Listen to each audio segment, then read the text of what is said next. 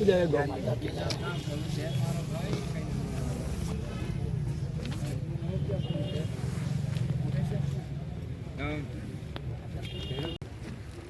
जय श्री राम, जय श्री राम, जय श्री राम। गौ माता के सम्मान में जय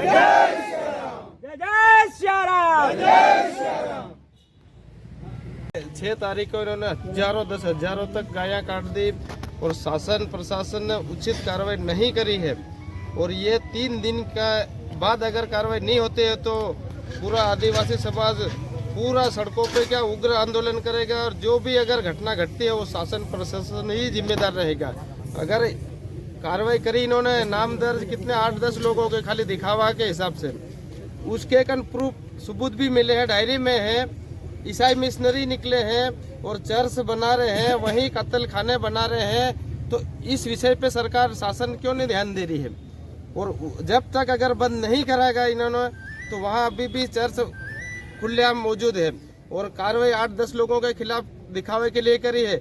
जब उनके कारण एक रजिस्टर मिला है, कम से कम 200-300 लोगों के खिलाफ FIR नहीं होती हो तो पूरा संत आदिवासी समाज और पूरा उग्र आंदोलन करेगा।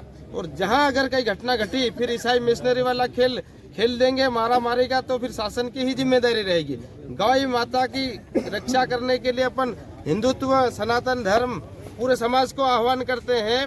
और गो हत्या को शासन कहती है आप पालन करो, गो हत्या को बचाओ। एक योजना निकालती है। जब हत्यारे खुलेआम घूम रहे हैं उनके पर कड़ी कार्रवाई क्यों नहीं कर रही है? शासन से भी ये मांग है। और शासन में जितना उन्होंने रजिस्टर दिखाया है, रजिस्टर में सबके मोबाइल नंबर दर्ज है, उनके खिलाफ अभी तक एक्शन नहीं हुआ है। इन सभी रजिस्टर के कॉपी में जितने नाम है उनके खिलाफ FIR होना मांगता है पूरा संगठन। नहीं तो उग्र आंदोलन 3 दिन के बाद तक वेट करेंगे। फिर इतना बड़ा भयंकर आंदोलन होगा कि शासन प्रशासन संभालने में भी दिक्कत आ जाएगी शासन प्रशासन को। राजू भाई क्या है मामला ये है कि जब हमारे कार्यकर्ताओं को जो पता चला कि इस क्षेत्र में सजेली में गौ माता की हत्या होती है, हमारे कार्यकर्ताओं द्वारा सूत्र के अनुसार हमें जब जानकारी प्राप्त हुई तो जो अभी 20 में जितनी जो घटना कर रहे थे गौ माता की, वो सभी ईसाई मिशनरी से लोग जुड़े थे। वही लोग फिर झाइडिया और पिपलीवाड़ा गांव में एक समाज को जबरदस्त बहला पुछला कर धर्मांतरण करवा रहे थे। उन्हीं को माध्यम बनाकर हमारे जितने जो मेघनगर के कार्यकर्ता उन सब पर FIR कर दी गई। तो उसके विरोध में हम सबकी ये मांग है कि जो ईसाई मिशनरी विधि विरुद्ध धर्मांतरण करवा रहे हैं उन पर FIR होनी चाहिए। और जो हमारे निर्दोष कार्यकर्ता हैं उनकी FIR वापस लेनी चाहिए। और अभी ये आज हम जो आवेदन दे रहे हैं रतलाम विभाग द्वारा, नहीं तो संगठन का स्पष्ट ये निर्देश है, शासन अगर संभाल ले तो ठीक, नहीं तो पूरे मध्य प्रदेश में उग्र आंदोलन होगा।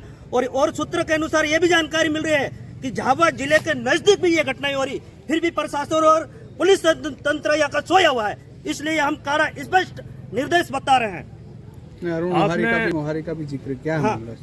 अरुण ओहारी का ये है कि जब वो झाइडा के जो कार्यकर्ता वहाँ अपने कार्यकर्ता है उनको धर्मांतरण करवा रहे थे और वो ओहारी 20 में कूद गए अपने कार्यकर्ताओं के ऊपर, ये था मामला।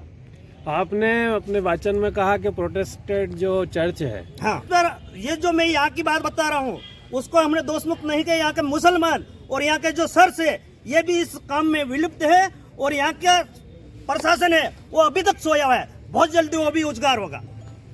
हमारे सगे हुए हैं उसी से बात है, ईसाई मिशनरी ही करवा रहा है, उसी का षड्यंत्र है। एक ही बात है, ये संस्था ये है ना, इन ईसाई मिशनरियों की संस्था है। सिद्धावार है, ईसाई मिशनरी ही करवा रहा है, पादरी करवा रहा है, फास्टर करवा रहा है, धर्मांतरण भी वही करवा रहा है और गोहत्या भी वही करवा रहा है, कत्ल खाने भी वही खुलवा रहा है। सिद्धावार है ईसाई मिशनरी पे, एक ही है इनकी संस्था। बस कार्रवाई नहीं होगी तो आगे क्या करेंगे? अरे संगठन का जबरदस्त रणनीति है और समस्त मध्य प्रदेश में वो ये घटना होगी तो उसकी सरकार समस्त फिर प्रशासन की जिम्मेदारी होगी। और आसपास के क्षेत्रों में ये जानकारी लग रही है कि गाय की हत्या के साथ साथ बड़े स्तर पर भैंसों की भी हत्या हो रही है। वो हत्या करके फिर झाबुआ नगर में लाके जो नगर के हमारे हिंदू समाज है उनको मांस खिलाया जा रहा है, भैंस पाड़ा और इसका गाय का। अभी तक प्रशासन सोया हुआ है।